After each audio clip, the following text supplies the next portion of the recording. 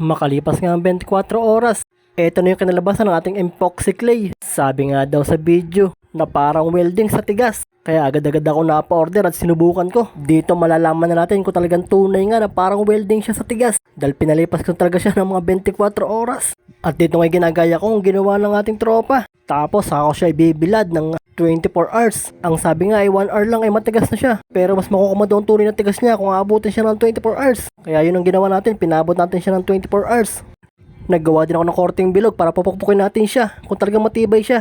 Kung mababasag ba siya o hindi. At eto na nga ang itsura ng 24 hours guys. Mukhang napakatigas niya at para siyang bato.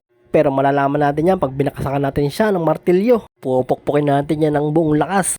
Pero bago ang lahat, subukan muna natin sa plies kung kaya niyang kiluin ang tornilyo or matatanggal na lang ba. Kaya ito, umpisahan na natin in 3, 2, 1. At gaya nga ng hinala ko, hindi talaga siya sobrang tibay kagaya ng mga welding. At tatanggal nga siya ng parang ganito lang guys. Hindi pa dyan nagtatapos ang lahat. Susubukan pa natin siyang pukpukin. At kitang-kita nyo naman, unti-unti siya nagtatanggalan. Yan, nadurog na. Kaya guys, hindi talaga siya masasabi na para siyang welding. Pwede siya siguro mga pangano lang, pantakip sa butas. Pero sa mga bagay na lagi nagagalaw, hindi siya pwede. Pero recommend ko siya sa mga plastic or sa mga hawakan na naputol, pwede siyang gamitin. Halimbawa, hawakan ng pitchel na naputol, pwede mo siyang gamitin doon. Or sa may mga butas, pwede mo siyang gamitin pantakip. Makapit naman siya guys, kaya okay na okay siya. At kung hindi mo nga siya pupwersahin, hindi naman siya masisira. Kaya recommend ko pa rin siya, hindi lang siya pwede sa makina guys. Dahil parang ramdam ko tutunawin lang siya sa sobrang init ng makina. Dito nga susubukan rin pupuin itong ginawa ko maliit na bilog. Tingnan natin kung ano mangyayari. At unang pukpok pa lang, nabasag na agad.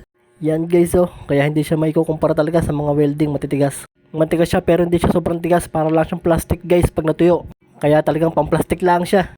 At dahil dyan, nabudol na naman tayo. But anyway, at least sinubukan natin. Kung umabot ka nga dito, maraming salamat sa panonood. Muli, ako nga pala si Ryan FMV, ang nagsasabing, umpisahan mo sa pagiging walang kwenta. Mali mo balang araw, magkakwenta ka rin. Love ya!